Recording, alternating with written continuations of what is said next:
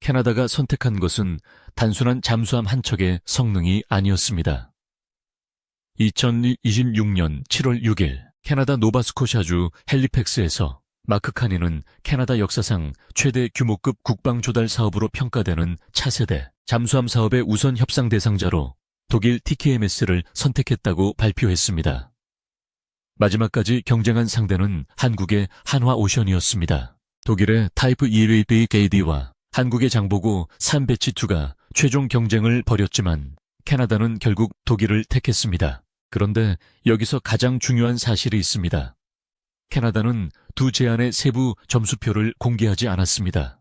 성능에서 몇 점이 차이 났는지, 가격에서 어느 쪽이 우세했는지, 구체적인 공식 채점 결과는 외부에 공개되지 않았습니다. 결국 공개된 정보만 놓고 보면 두 잠수함 모두 캐나다 해군의 핵심 요구를 충족했고 최종 선택은 단순 성능 비교만으로 설명하기 어렵다는 뜻입니다. 한국은 잠수함을 팔러 갔습니다. 하지만 독일과 노르웨이는 잠수함 한 척이 아니라 북대서양과 북극권을 묶는 장기 운용 공동체를 제시했습니다. 이 차이가 이번 승부의 핵심이었습니다. 캐나다가 새 잠수함을 서두른 이유부터 봐야 합니다. 현재 캐나다 해군은 영국에서 도입한 빅토리아급 잠수함 4척을 보유하고 있습니다. 그러나 이 전력은 오랜 기간 높은 정비 부담과 낮은 가동률 문제에 시달려 왔습니다. 원문에서는 한 척이 캐나다로 이동하는 과정에서 화재를 겪었고 그 여파로 거의 10년 동안 제대로 활용되지 못했다고 설명합니다. 또 4척 가운데 실제 작전 가능한 잠수함이 사실상 1척 수준이라는 문제의식이 이번 사업의 배경으로 제시됩니다. 그래서 캐나다 순찰 잠수함 사업 CPSP가 시작됐고 최종 후보는 두 곳으로 압축됐습니다. 독일 TKMS의 타이프 EB CD와 한국 한화오션의 장보고 3배치 두 계열이었습니다. 한국이 가진 가장 강력한 카드는 실물이었습니다. 장보고 3배치2는 단순히 설계대만 존재하는 개념이 아니었습니다. 이미 한국 해군이 운용 중인 도산 안창호급을 기반으로 발전한 계열이며 생산 경험과 운용 경험을 동시에 갖고 있었습니다. 지난 5월에는 도산 안창호급 잠수함이 한국에서 출항해 태평양을 건너 캐나다 에스퀴몰트 해군기지까지 이동했습니다. 원문이 제시한 항해 거리는 무려 14,000km입니다. 한국 잠수함이 태평양을 횡단해 캐나다까지 직접 이동했다는 사실 자체가 하나의 시연이었습니다. 메시지는 분명했습니다. 캐나다는 세계에서 가장 긴 해안선을 가진 국가 가운데 하나이고 북극과 태평양 대서양을 동시에 고려해야 합니다. 따라서 장거리 항해 능력, 장기간 독립작전 능력, 실제로 존재하고 검증된 플랫폼이 중요합니다. 한국은 말로 설명하지 않고 잠수함을 직접 캐나다 앞바다까지 보내 보여줬습니다. 앞기에서도 한화오션은 공격적인 조건을 제시했습니다. 계약이 성사되면 2032년에 첫 번째 잠수함을 인도하고 2035년까지 4척을 공급하며 2043년까지 총 12척을 모두 인도하겠다는 일정이었습니다. 캐나다의 빅토리아급이 2030년대 중후반부터 순차적으로 퇴역해야 한다는 점을 고려하면 한국의 일정은 전력 공백을 최소화하는 데 초점을 맞춘 제안이었습니다. 여기서 끝이 아니었습니다. 한화 측 제안은 잠수함 12척만을 파는 방식이 아니었습니다. 캐나다산 철강 사용, 현지 산업 참여 통신과 인공지능, 우주, 광학 센서, 우주 발사체와 에너지 분야까지 연결하는 대규모 산업 협력 구상을 함께 제시했습니다. 원문에서 제시된 규모는 캐나다 내 약 80개 기업과 기관이 참여하는 협력 네트워크입니다. 경제협력 패키지의 규모는 약 700억 캐나다 달러 한화로 환산하면 74조 원이 넘는 수준으로 설명됩니다. 잠수함 사업 자체가 약 60조 원 규모로 거론되는 상황에서 약 14조 원을 더 얻는 수준의 광범위한 경제 파트너십을 제시했다는 것이 원문의 핵심 주장입니다. 그렇다면 독일은 무엇을 내놓았을까요? TKMS는 타입 2 LECD를 검증된 기술 계열이라고 강조했습니다. 이 표현에는 배경이 있습니다. 독일은 오랫동안 재래식 잠수함을 개발하고 수출해온 강국이며 타입 EULDCD 역시 독일과 이탈리아가 운용해온 타입 EBAC 계열의 기술적 축적을 바탕으로 발전한 플랫폼입니다. 그러나 현재의 타입 듀얼 LTCD 자체는 아직 운용 실적이 충분히 쌓인 잠수함이 아닙니다. 캐나다의 선택 시점에서 타입 LTCD는 건조가 진행 중인 신형 플랫폼이었습니다. 반면 한국은 실제 운용 중인 도산 안창호급의 경험을 가지고 있었고 직접 14킬로미터를 항해해 캐나다까지 보여줬습니다. 그럼에도 캐나다가 독일을 선택한 이유는 잠수함 성능표밖에 있었습니다. 독일과 노르웨이가 제시한 논리는 단순했습니다. 캐나다, 독일, 노르웨이가 같은 계열의 잠수함을 사용하자는 것입니다. 같은 잠수함을 운용하면 승조원 교육을 공동으로 할 수 있고 부품을 함께 구매할 수 있으며 정비시설과 군수 지원망을 공유할 수 있습니다. 전술과 교리를 공동으로 발전시키는 것도 쉬워집니다. 특히 북대서양과 북극해에서 러시아 잠수함을 추적하고 대응해야 하는 세 나라 입장에서는 같은 장비와 같은 데이터 형식, 같은 통신 체계를 사용하는 것이 분명한 장점이 됩니다. 원문은 독일 6척, 노르웨이 6척, 캐나다 12척이라는 구도를 제시합니다. 모두 합치면 24척입니다. 동일 계열 잠수함 24척이 북대서양과 북극권에서 하나의 운용 생태계를 형성한다는 그림입니다. 독일이 캐나다에 제시한 것은 잠수함 B척의 주문서가 아니라 앞으로 약 40년 동안 이어질 잠수함 공동체의 회원권에 가까웠습니다. 이 지점에서 한국이 맞닥뜨린 벽이 드러납니다. 성능과 가격 납기만으로는 넘기 어려운 동맹 내부의 정치와 군수 네트워크입니다. 독일과 노르웨이는 정부 차원에서 움직였고 캐나다를 기존 나토 잠수함 운용구조 안으로 끌어들이는 전략을 펼쳤습니다. 한국 입장에서는 익숙한 장면이기도 합니다.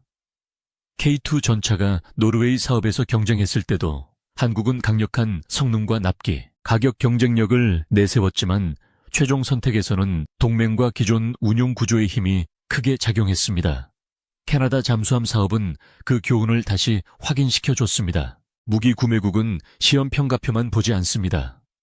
수십 년 동안 누가 부품을 공급할 것인지, 누가 정비를 책임질 것인지, 어떤 국가들과 훈련할 것인지, 전쟁이 나면 누구의 군수망에 들어갈 것인지까지 함께 계산합니다. 최근 국제정세도 캐나다의 판단에 영향을 줄 수밖에 없었습니다. 미국과 동맹국 사이에 관세와 방위비, 북극 안보를 둘러싼 긴장이 커지면서 캐나다와 유럽 국가들은 미국에 대한 의존을 줄이고 서로의 방산 기반을 더 강하게 묶으려는 움직임을 보이고 있습니다. 이런 환경에서 독일과 노르웨이가 제시한 공동 운용 체계는 캐나다의 단순한 무기 구매 이상의 의미를 가졌습니다. 하지만 이 선택에도 위험은 있습니다. 첫 번째는 납기입니다. 독일과 노르웨이는 각각 6척 합계 15척의 타입 EDCD 운용 계획을 갖고 있습니다. 여기에 캐나다의 12척이 추가되면 전체 물량은 24척까지 커집니다. TKWS는 생산 능력을 확대하고 있지만 주문이 늘어나는 것과 실제로 일정에 맞춰 잠수함을 인도하는 것은 다른 문제입니다. 캐나다가 가장 두려워하는 것은 2030년대 중반 이후 발생할 수 있는 잠수함 전력 공백입니다.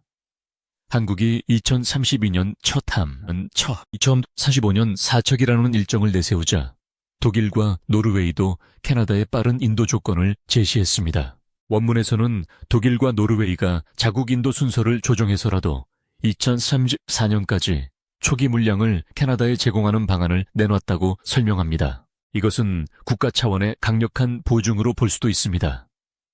하지만 반대로 보면 기존 생산 일정만으로는 캐나다가 원하는 시기를 맞추기 어렵다는 의미로도 해석될 수 있습니다. 러시아 우크라이나 전쟁 이후 유럽 각국은 국방비를 크게 늘리고 있습니다. 만약 유럽 안보 상황이 더 악화된다면 독일과 노르웨이가 자국 해군이 받을 잠수함의 순서를 계속 뒤로 미룰 수 있을지는 장담하기 어렵습니다. 두 번째는 초도함 위험입니다. 잠수함 건조는 자동차 생산처럼 순번만 바꾸면 되는 일이 아닙니다. 첫 번째 함정에서 문제가 발견되면 설계 변경이 필요합니다. 해상시험에서 결함이 발견되면 후속함 건조 일정까지 영향을 받을 수 있습니다. 전투체계 소나 추진체계, 배터리 무장 통합 과정에서 문제가 생기면 전체 일정은 쉽게 늘어납니다. 원문은 노르웨이용 첫 타입 가이웨게 KDCD의 인도 목표 시점을 9년으로 제시합니다. 아직 충분한 실전 운용 데이터가 없는 상황에서 시험평가와 수정, 양산 확대 캐나다 물량까지 연결해야 한다는 점은 분명 일정상의 부담입니다. 앞으로 약 5년 안에 초도함 시험과 수정 후속 생산을 동시에 밀어붙여야 한다는 계산이 나옵니다. 세 번째는 비용과 산업 리스크입니다. 원문에서는 TKMS 관련 독일 해군 사업을 둘러싸고 26억 유로 규모의 예산과 약 70%의 가격 상승 논란이 있었다고 지적합니다. 세부 사업명은 자동 생성 자막에서 오류가 섞여 있었지만 원문이 강조하는 핵심은 하나입니다. 대형 군함 사업에서 초기 가격과 최종 비용이 달라질 가능성은 언제든 존재한다는 것입니다. 사이버 보안 문제도 언급됩니다. 원문에서는 발표 직전 TKMS 계열사가 랜섬웨어 공격을 받은 사례를 지적하며 설계도와 정비 자료, 전투체계 관련 정보처럼 민감한 자료를 장기간 공유해야 하는 사업에서 보안 문제가 얼마나 중요한지 강조합니다. 한국의 강점은 생산 확실성이었습니다. 장보고 3생산 라인은 실제로 돌아가고 있고 후속함이 건조되고 있습니다. 도산 안창호급을 개발하면서 초도함에서 발생할 수 있는 위험과 시행착오도 이미 상당 부분 경험했습니다. 그래서 한화오션이 2032년 첫 함, 2035년 4척이라는 일정을 자신 있게 내세울 수 있었던 것입니다. 그러나 캐나다는 생산의 확실성보다 동맹의 정치적 확실성을 더 높게 평가했습니다. 이 선택이 성공인지 실패인지는 2030년대에 드러날 가능성이 큽니다. 독일이 약속한 초기 인도 일정이 지켜지고 비용이 통제된다면 캐나다의 선택은 성공으로 평가받을 수 있습니다. 반대로 일정이 밀리고 비용이 크게 늘어난다면 캐나다 내부에서 왜 더 빠른 생산 능력을 가진 한국 제안을 선택하지 않았느냐는 질문이 나올 수 있습니다. 또 하나의 핵심은 기술 주권입니다. 잠수함은 구매하는 순간 끝나는 무기가 아닙니다. 수십 년 동안 정비하고 개량해야 합니다. 전투체계 소프트웨어를 수정할 수 있는지, 결함 진단 자료에 접근할 수 있는지, 무장과 센서를 독자적으로 통합할 수 있는지가 중요합니다. 캐나다에 번듯한 정비 시설이 있어도 핵심 설계 자료와 소프트웨어 수정 권한이 없다면 완전한 기술 주권을 가졌다고 보기 어렵습니다. TKMS는 캐나다에 현지 정비 역량과 산업 참여를 제공하겠다고 강조하고 있지만 실제 권한의 범위는 최종 계약 조항에서 결정됩니다. 공동 운용 체계에도 장점만 있는 것은 아닙니다. 독일과 노르웨이, 캐나다가 같은 잠수함을 쓰면 비용을 줄이고 군수 효율을 높일 수 있습니다. 하지만 캐나다가 독자적인 무장이나 센서를 원할 때 다른 참여국과 이해가 충돌할 수도 있습니다. 공동 운용은 효율을 높이는 대신 독자성을 줄일 수 있다는 뜻입니다. 한화오션은 이 문제에 대해 현지 산업 구조를 전면에 내세웠습니다. 캐나다의 빅토리아급 잠수함 지원 경험을 가진 babcock 캐나다를 현지 지원의 핵심 파트너로 두고 장기 정비와 지원 능력을 캐나다 안에 구축하겠다는 구상이었습니다. 단순히 정비 건물을 세우는 것이 아니라 현지 기업이 실제 운용 지원과 기술 생태계의 중심이 되도록 하겠다는 접근이었습니다. 그럼에도 우선 협상 대상자는 독일 TKMS가 됐습니다. 한화오션은 예비 공급자 위치에 남았습니다. 앞으로 약 2년의 협상 과정에서 캐나다는 한화의 제안을 독일과의 가격 납기 기술 이전 협상에서 비교 기준으로 활용할 수 있습니다. 한국 입장에서는 씁쓸한 대목입니다. 수년 동안 준비한 기술과 조건이 최종 계약을 따내지 못한 채 경쟁사의 가격과 조건을 낮추는 협상 카드로 사용될 수 있기 때문입니다. 하지만 반대로 보면 이것이 한국 잠수함 산업의 현재 위치를 보여주는 장면이기도 합니다. 세계적인 잠수함 강국인 독일이 캐나다와 협상하는 동안 한국이 제시한 가격 납기, 현지화 조건을 계속 의식해야 한다면 한국은 이미 단순한 추격자가 아닙니다.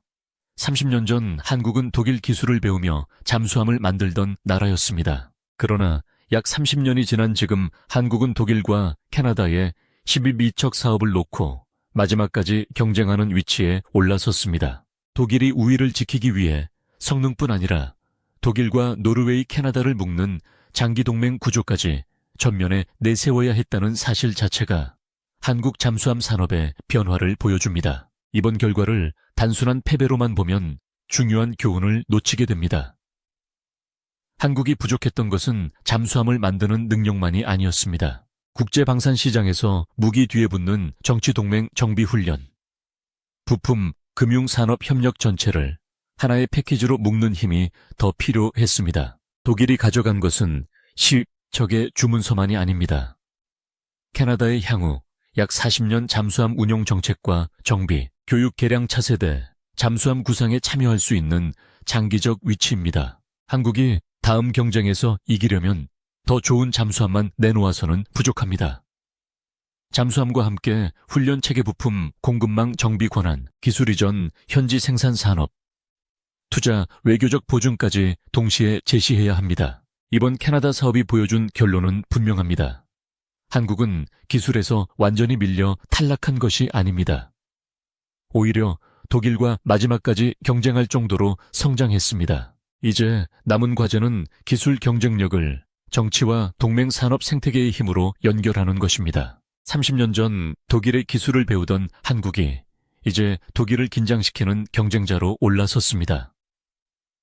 다음 승부에서는 상대가 만든 클럽의 문 앞에서 기다리는 것이 아니라 한국이 직접 더 강력한 공동체와 더 거부하기 어려운 조건을 만들어야 합니다. 국제방산시장은 성능만으로 끝나는 곳이 아닙니다. 수십 년의 신뢰와 이해관계를 누가 먼저 묶느냐가 마지막 승자를 결정합니다.